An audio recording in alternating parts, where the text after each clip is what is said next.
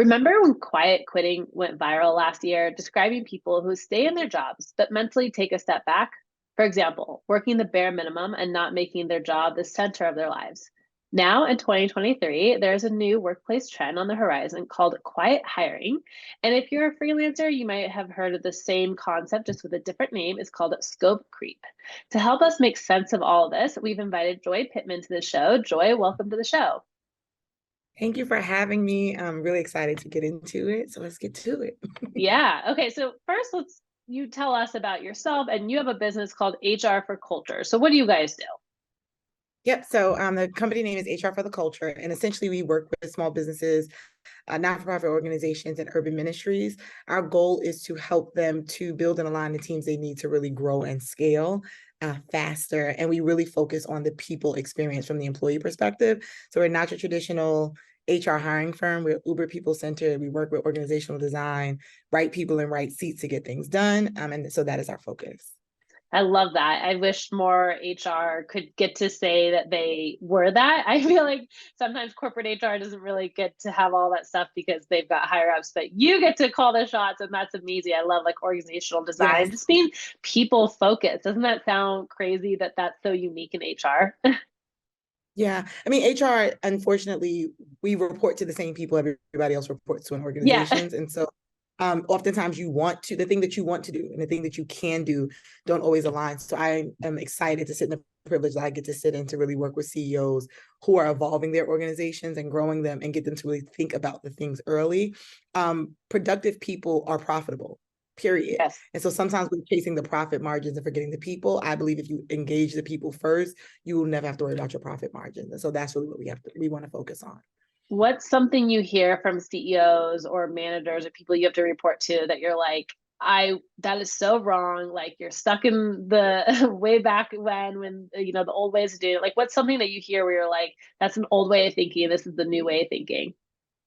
I think one is we give them a paycheck, as if that's all people care about in the workforce is their check, right? So that is really old in thinking. And the other idea, and it's related, is that people don't want to work. I Yeah. think it's a real lazy response. It's a very lazy response to think that people don't want to work in or the paycheck is enough. And it doesn't force us to think about humans, right? Not as robots or as machinery, but actually people who are looking to fulfill their lives. And we know this stuff, right? Maslow's hierarchy of needs talks about like all these orders of personal and professional fulfillment. And we skip all of it and say, pay them and give them this handbook and these SOPs and they'll be fine. So Right. not really thinking about the human experience in the workplace is the biggest issue that I hear all the time. It's worded differently, but it basically is at the core of most of the conversations. I have also heard many times from many people, like people just don't want to work today. They just aren't motivated. They just don't want, people are just lazy. And it's shocking. And I know someone specifically close in my life who works at a company where, they really are not people first. And then they're shocked that people leave, or they're shocked that they have trouble hiring, or they hire people and guess what? The people aren't like going out of their way and being productive, as you point out, or proactive and anything like that. So I know that's like a whole other spiel for another day, but I think that's a really good point. Yeah. Yeah, it's connected. It ends up being connected. So yeah, these are things will all spin off of each other, but it starts Yes. with the people. Well, and that's a good segue to what we're talking about today, which is what is quiet hiring and scope creep, because this definitely sounds like something that people are taking advantage of. So I will say that I don't know if everybody's doing it on purpose, but what it actually is when employers or organizations start to give their employees or their contractors additional tasks. And normally it just really ends up avoiding having to pay for the extra work, right? So, or hiring another person to do it. So we start making these Girl Friday roles or adding additional things or, oh, could you just, right? Like this idea of can you just? And what normally happens in our environment is that people want to keep either the job or the contract they have. And if they don't feel empowered to say, hey, that wasn't in my original scope, or hey, that's not really on my job description, you end up under the guise of, and we'll get into it, whatever those guises are, taking on more things. And at some point you realize I'm doing 4 jobs for the Yeah. price of one. And so organizations have done this. And this is not new. It's not a new phenomenon. We're just talking about it differently, in that people are calling it out and calling it what it is. But it essentially is, you hired me to do A, and you've added B, C, D, and E, but you have not increased my pay. You have not changed my title. You have not acknowledged this extra work. And that's what they're calling it, quiet hiring. I think this happens a lot with layover or layoffs too. I mean, because someone so gets laid off, you're still there. They tell you it's going to be temporary. To your point, I love the language. Like, can you just? It always starts like that. Like, can you just take this on until we rehire? And next thing you know, you've had that job for 5 years because they never rehired their role, right? And if you can do it, the struggle becomes, if you were able to do it efficiently and effectively Yeah, for 2 months, then why not 3 months? Why not 4 months? Why not forever? Right? Like, you were doing it. So it's right. almost, damned if you do, damned if you don't, in that construct, that if I fail at it, right, my job may be in jeopardy. If I succeed, I've now just taken on new work with no reasonable reason as to why I can't do this new work. And unfortunately, it impacts predominantly in our communities folks that don't self-advocate, women, people of color, that don't feel confident or strong enough to say no, to push back, to say, hey, this was supposed to be 90 days, we're on day 93, and we end up just kind of absorbing the role, and then that goes into satisfaction in other areas. So yeah.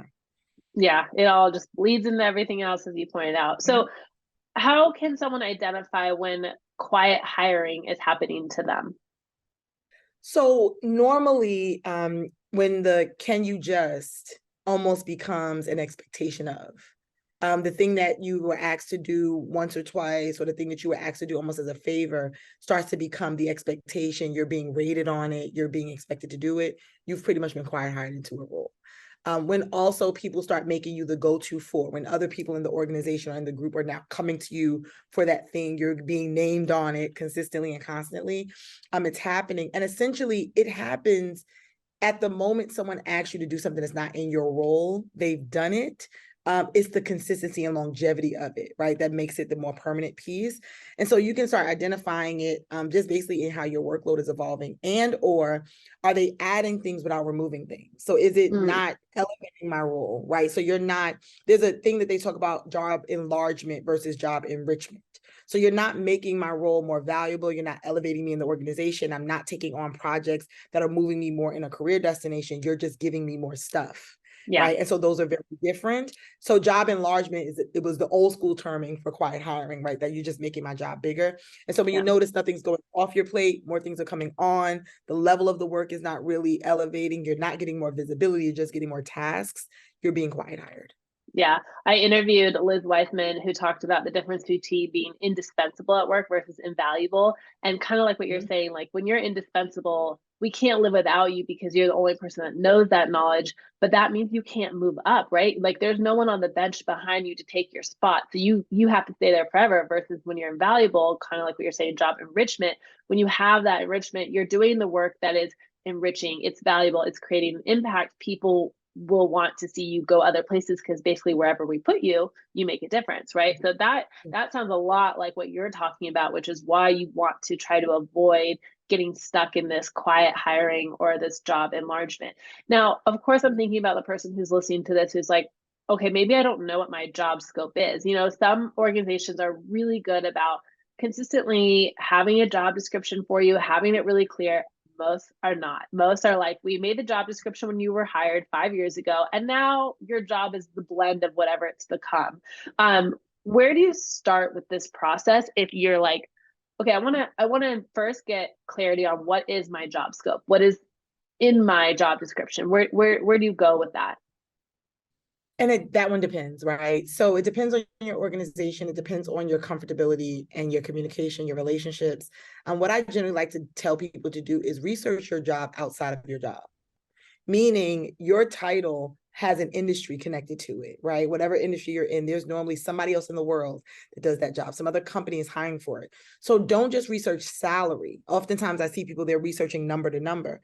dig into that job description. Yeah. What are the requirements that are done? What is the education, the skill level? What are the things that are necessary to do that role? The reason that that part becomes important is, and I don't want to skip us. If I'm starting to get ahead, pause me. But when you start thinking about how do we navigate the quiet hiring, the informational space becomes uber important in you making a decision as to, do I want to take on this scope of work and have my organization help me pay for trainings and different things to make me more marketable externally? Or do I want to say, I don't want to do these things, right? And these are things that we got to make these hard decisions. Where's your professional courage? How are you lined up? And so one of the places I would say is knowing what your industry has as a standard, as a norm, so you go into every conversation fully informed. The second place I would go first is your supervisor. The reason I say your supervisor versus HR is most organizations, HR departments, and management have an adversarial relationship depending on where in the organization they are. So if you go to HR first and have to double back to your supervisor, that person's more than likely going to be on guard. So based on the relationship with your supervisor, if you have that level of rapport with them, I would start with hey, I'm looking over all the things from an efficiency perspective. I'm working on things that run the complete gambit of left to right. And really was wondering on what I could do to help make my work here more efficient and support you better. One of the things is people are looking for you to solve a problem for them, not create a new one. And I know that that's a hard thing to wrap your mind around. So going to your supervisor with, I feel like I'm working on this work that's not my work, gives them another problem to Yeah. solve. Yeah. If you go to them solving something, hey, I've noticed that XYZ is happening. And I really think that if I had clarity in this area, this could come off your plate. Going to them with a solve and not a new problem is probably going to open them up to a different type of conversation. So we got to finesse a little bit, right? As employees or as contractors, we need our money. So we got to finesse a little as we work through this conversation. So going to them with a solution, not a problem, from a sincere place, and then just saying, what are all these things necessary? Hey, I looked at this process step and these things are not really efficient. Hey, it might be important for us to get an intern to come in. So you're kind of getting stuff off your plate. You're inviting in a solution. Is there an internship we can work with, right? That's cost effective. Do we have a line for a junior level person that can come in and learn these things? Because I am, to your point, I'm indispensable, right? You need me here. But what if I got sick? COVID told us that you start to provide them with solutions to make their job better. If you're getting no headway, or if your manager's arms are tied and they don't really know what to do, HR may be a stopping point to say, hey, I looked at our job description and it doesn't look like any of the other job descriptions in industry around the work that we do. And maybe we've kind of gotten away from what is the standard for this role. Is there a review process? These questions are really hard to give a one-stop response to because we're dealing with people who Yeah. are always the random variable in a conversation. And in some instances, it may be just knowing that your job is scoped out, being able to have your resume updated to reflect what you actually did, even if it didn't align with your title, and making the hard decision that I've gathered this much of experience doing these things. I have my artifacts that show that I've done this work, and it may be time for me to now move myself into the role that aligns with the work that I've been doing at the pay salary. But that's a decision that we have to make on that personal level and based on how your organization communication lines are and your comfortability talking to your leadership and or your HR department. Right. And just so people know, this is not done in one conversation in an afternoon. Yeah. This is Yeah. like a Yeah. very long process. You take baby steps into this, because also you're probably having to do some sort of educating to your manager, maybe even HR, about like they might have forgotten that you do XYZ too. That's a Yeah. whole other thing. It's like they might forget that because they don't have visibility into everything you're doing, especially if you're doing hybrid or remote work. That's also really something to keep in mind. So I think this is and I personally love the assignment of like write your own job description and like consider what your scope is. And I love this, like research the roles, and because a lot of us maybe aren't in the right role, or maybe, again, you can be in a job for so long and things change. And so it can be a good wake up call to be like, okay, let me write a job description of what I do and what is that commonly referred to. I always joke that like job titles getting to be all these crazy things, while it was fun, like a workplace guru, whatever, like that's a cool, fun title, but it's not that helpful when we're trying to There's no compare to other. salary for that. Yeah, exactly. So we're like trying to find some common language. And I think that is really, really good, because you need that common language for your elevator pitch. You need that common language for LinkedIn, right? Like you and I have to speak some sort of common language for me to also understand what is it that you Yes. do, right? So I Yes. think that's just a really good exercise. Okay, so now I want to move into your top three strategies to use to negotiate quiet hiring so that it really actually can benefit you. Okay. So the one thing I want to frame all of this with is assume positive intent. If you have framed your mind to believe that they are trying to get you, they're out to get you, they don't care. If you walk in with that energy, you're going to project that in your conversation. Yes. So I believe everybody means me well until they prove that they don't. And so that is the type of energy that I walk into every conversation with. So number one is harnessing and gathering the information that you need at the first level for your performance reviews. So level one in most of these conversations is, do you have quarterlies, biannual, annual reviews where you can start to have a conversation with your manager? Most good review processes will have goals, stretch goals, reach goals. What is it that you're trying to accomplish? Training opportunities, etc. For many of us, we backdoored into jobs that we didn't necessarily maybe have the credentialing for or the certifications for. So we were doing the work, but when they look back at our qualifications, they can use that against us. So maybe in that conversation that you're having with your boss saying, hey, I'm doing these things. I've been doing it for 6 months. I really want to learn more about them. Is there something in the budget for me to get a training, a certification, something? Because now you're building your arsenal of credentials. This is a longer game, right? Depending on where you are in your career, but you're building your arsenal of credentials because the world is your oyster. As Yeah. the world has become global. So it's not always about trying to get where you are to see you as valuable. You can negotiate this in the world, right? Yes. And what I would want people to appreciate is that sometimes it is hard for people who met you at A to see you as C. Sometimes it is easier to Yes. go somewhere else as C. So you're not only framing this around making them give you something that's due to you, you're looking at how do you move your career forward, whether it's with this organization or not. So the first place I would start is your performance review conversation. Review the things, look it over. Are there opportunities for professional development? Are there projects that are company facing where you get to work with other leaders in the organization that are not behind the scenes projects? Can you be selected for those things to work forward? Are there projects that you can take lead on, right? And in this stage, you're building your artifacts and you're building your resume for wherever it is you desire to go. The second area really might be looking again back to industry and saying, from a strategy perspective, am I negotiating internally in my organization, but with another department? So have you noticed, has your work taken on and evolved in such a way where there are openings in your organization, not laterally in your department, right? But you can move over into another department, another area where your skill set and knowledge where you are and the additional work that you've been doing over there makes you a valuable add, because now you're bringing a perspective from A and a skill set from B, right? So now you're looking at, if I can't move up in this way, right? Can I move up diagonally, right? Can I move Yeah. over and up, right? To move in and to gather and to earn and to gain things. And then the last strategy that I would look at is it time for me to go?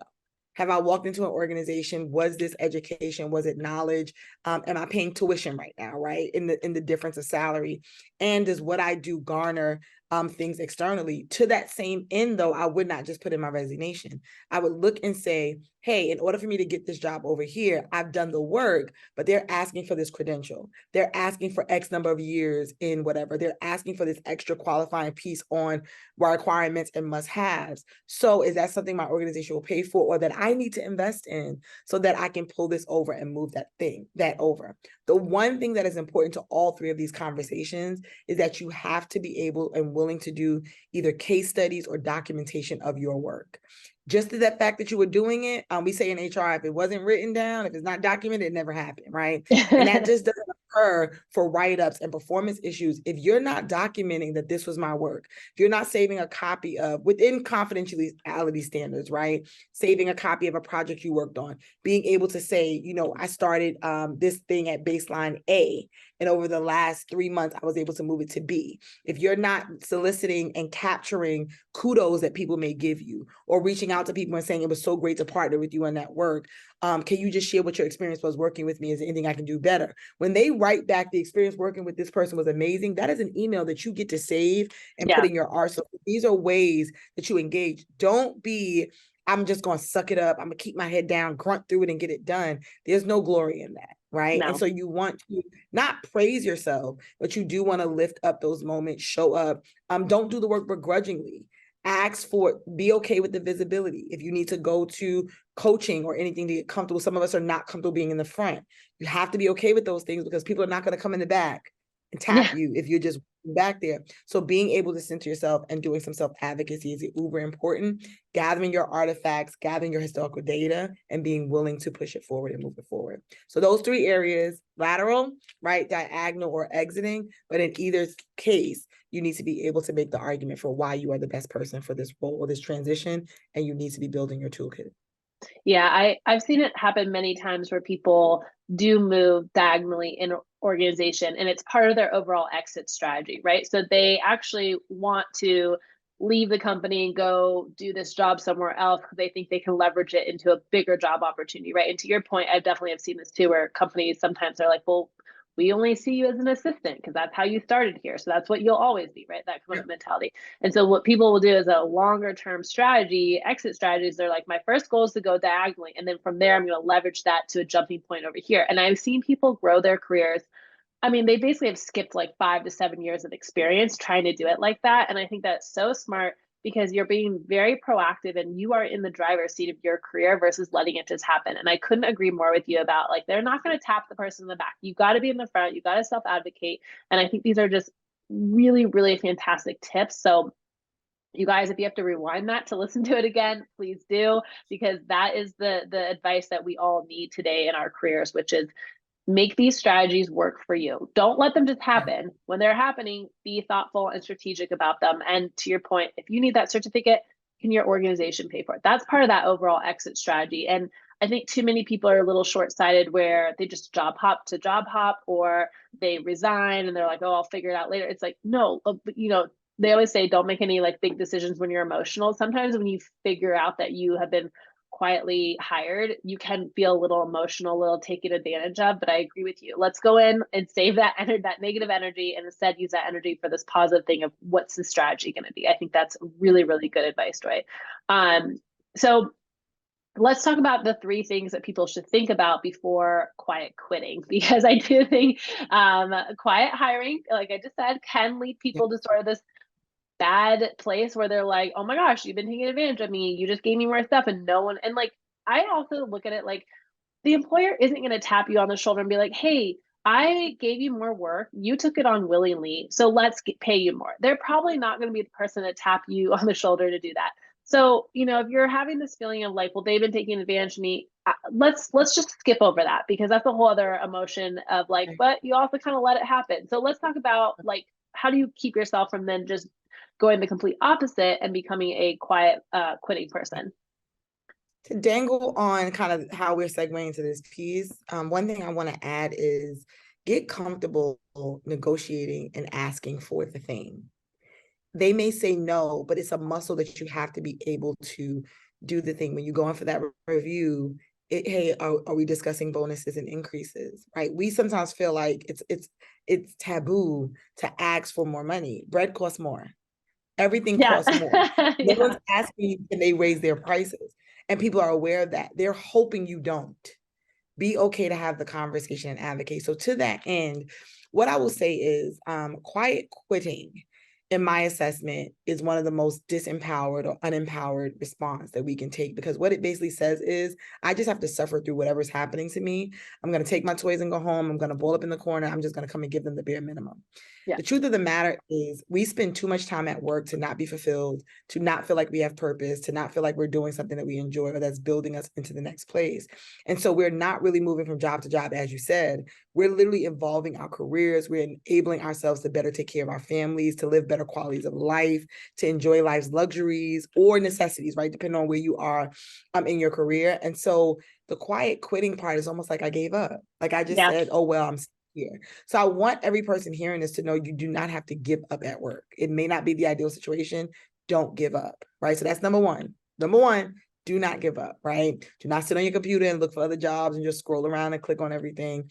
What I want you to do is to think about and be thoughtful about what is next. The goals you don't set, you will never reach. So the first thing I want you to do is, if you realize I've been quiet hired, right? Reframe it for yourself to say that I was capable enough for them to give me these additional things. And they may not be saying thank you on the back end. They may not be giving me the money, but there is something in that in that thing that does validate that I'm good at what I do, that I'm good at how I show up, right? And so that is the thing. Now they rewarded it with more work. So we got to fix that piece, but you want to be able to do that. So you want to own that as an empowering place. And then you want to start thinking about what decisions are at my disposal right now, right? Am I in a position right now to make a move? Or do I need to stay a little bit longer? But once you frame that you're doing it for you, not them, it's a very different interaction. So one, stop complaining to everybody. I'm gonna say that as the first one. Stop talking to everybody, complaining to everybody. There are a lot of people that don't realize they've been overlooked for promotions and opportunities, even though they're good workers, because they have horrible reputations in the workplace. Because those people that you think are confidential are going back and trading your secrets for other secrets. They're talking about how much you're complaining. They're putting it. So do not let that show up in your work. Continue to walk in a positive attitude, positive feeling, and to move forward and to operate from that place, right? So that's number one. Stop the water cooler. Cut the water cooler out, right? Focus on what is important. How do I want to show up and be observed? The second thing that I would recommend, if you have the opportunity to network in your organization or external to your organization, do so.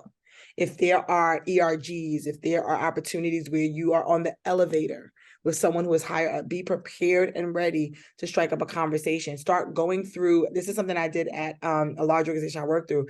I started going through VPs and high-level individuals and just looking over their bios and resumes. So if I ran into them on the elevator, I could strike up a quick, hi, how are you? Whatever, I saw the project you did on whatever, it was amazing. Just striking up some type of interaction. Sometimes we're not being moved because we're only visible where we are.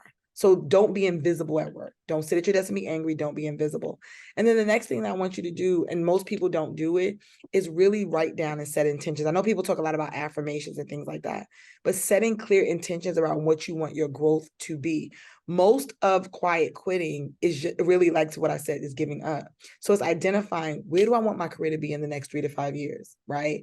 And it may not be a conversation with your boss around, can I get this raise tomorrow? It may be a conversation with your boss or HR or a mentor in the organization, right? Because we don't talk enough about sponsors and mentors and individuals that can really help us give visibility and connect us to things, and having conversations with them about what your growth trajectory is. Because the other piece that we don't realize sometimes, again, assuming positive intent, is that folks don't know what you want to do. So they're giving you more work because the work needs to get done, but they don't have a clear voice from you as to what your goals are, your aspirations, what do you want to work towards, what are you interested in? So they just give you what they think you're good at and what they can get off their plate. You have to be vocal, and use that voice and use that opportunity. And one of the things that I actually did in my career, to be honest, was I would do work. And this is something I did. I had access in HR, so I'll tell y'all this. But I would do additional work, and then I was able to see, hey, this role has these things in it, and this salary is a little bit different. And I would actually present that information forward, but I would do the work for a while. I would do it for 6 months.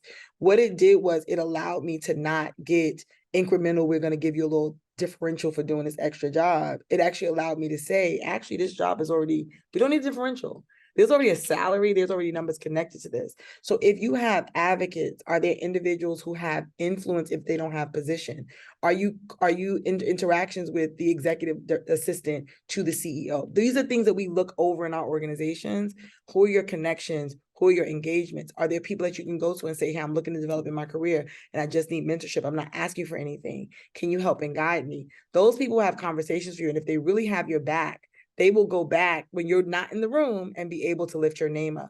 But just don't give up, right? So think about other ways that are indirect. It may not be the dollar now, but sometimes the dollar in a year is better than the one that you're getting right now, right? So think about it as the long game and do not give up. Yeah, I love that. I wrote down your tips. Quit the water cooler.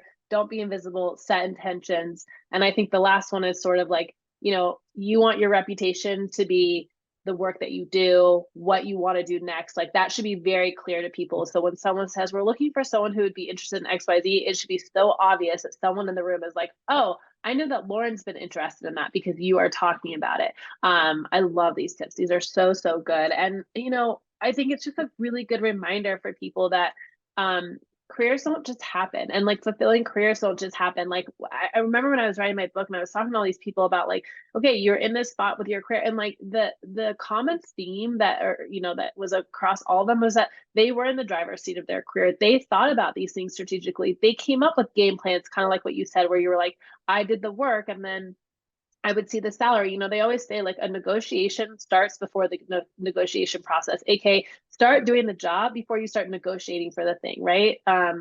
It's so much better to come to a conversation with like, here's what I've done, to your point, case studies, than is to like talk about how amazing you are, right? So I just think that it's such a good skill to also, like, negotiation is such a good skill to learn, and it's a muscle. You're going to get told no, you're going to learn how to finesse this and say that, and what's the, how do you polish that word so that it feels better coming out of your mouth for you, like Yeah. I think that's all a struggle, right? But like you learn the more you do it. I think also just like saying your stuff and then stop talking, that's a whole other thing of like, the confidence that comes with that, right?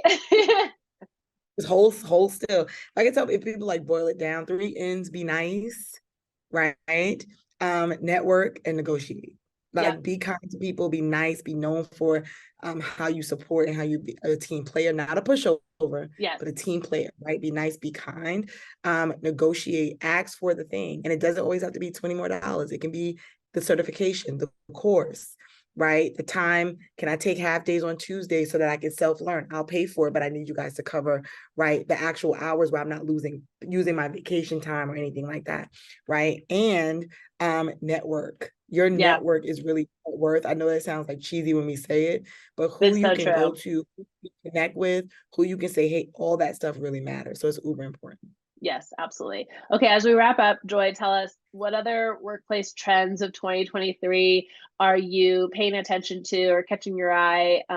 Let's hear them. So AI is a big thing for everybody. Artificial intelligence is coming up, and there's a lot of fear for people around. What does that mean? Will I be replaced? Are they gonna? And there's some angst. Anytime technology changes, there is angst around individuals who have mastered another technology who are now thinking I have to learn this new thing. Yeah, Older people in the workforce, people that are not tech savvy.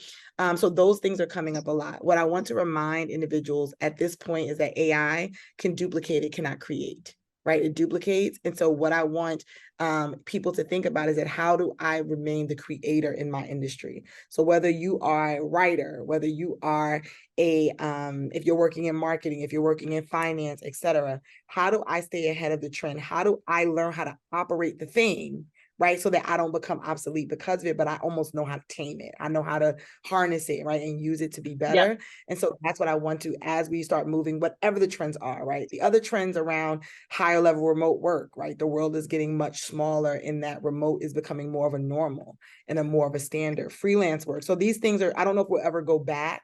I think we thought that they were like the COVID gap, and now we're here. So thinking about how do you deal with your cultural competencies? Can you work with overseas teams? Are you able to work with like those leadership skills, people that can work with people across cultures, across time zones, across experiences, very clear communicators, people who are innovative in thought, and thought leaders? Those are going to be the people that can win. And you can be a thought leader as an admin assistant. yeah. You can be the I person agree. in charge of the files and be a thought leader in how to do it more efficiently, how to do it better, how to be more collaborative, how to reduce costs, how to increase speed. So I don't want you to put yourself out of being innovative because you feel like I may not be a CEO yet, right? You want to be thinking about at every level of work, there is a way to be efficient. So I know there's fear around it for aging populations who are saying, I don't want to learn anything new. That's a decision you may have to make, right? So what does that mean for your career? And what does that mean for ways that you want to grow? And those are great opportunities for reverse mentorship, where there are people who are younger and more Yes, savvy and I don't want to make young and savvy synonymous, but there are people who are more savvy in the workplace. Is there something you're great at? So starting to harness your skill sets and your positives and being able to barter those experiences in the workplace. So I can help you catch up on this, and I need you to help totally. me understand here. Yeah, So yeah, those are the things that are coming up and how you can kind of address them. I love that. I mean, I feel that way with Instagram Reels. I'm like, who's the younger person that can teach me how to edit this thing? I'm like spending hours over here. So, I need a reverse mentor. No, I love that. Joy, this has been a fantastic conversation. If people want to follow you, follow your work, where is the best place for them to go? Two places to go. So on social media, I am either the joy you need, spelled all the way out. So the joy you need, or HR for the culture everywhere. And if you want to check out our website, it is www.hrfortheculture.com. So no redacted words, everything is spelled out the way it is. So the joy you need or HR for the culture. And we'd love to engage with you on one of our platforms. Amazing. We'll put all of that in the show notes. And Joy, thank you so much for this incredible Thank you. conversation. It was the pep talk we all needed. Thank you.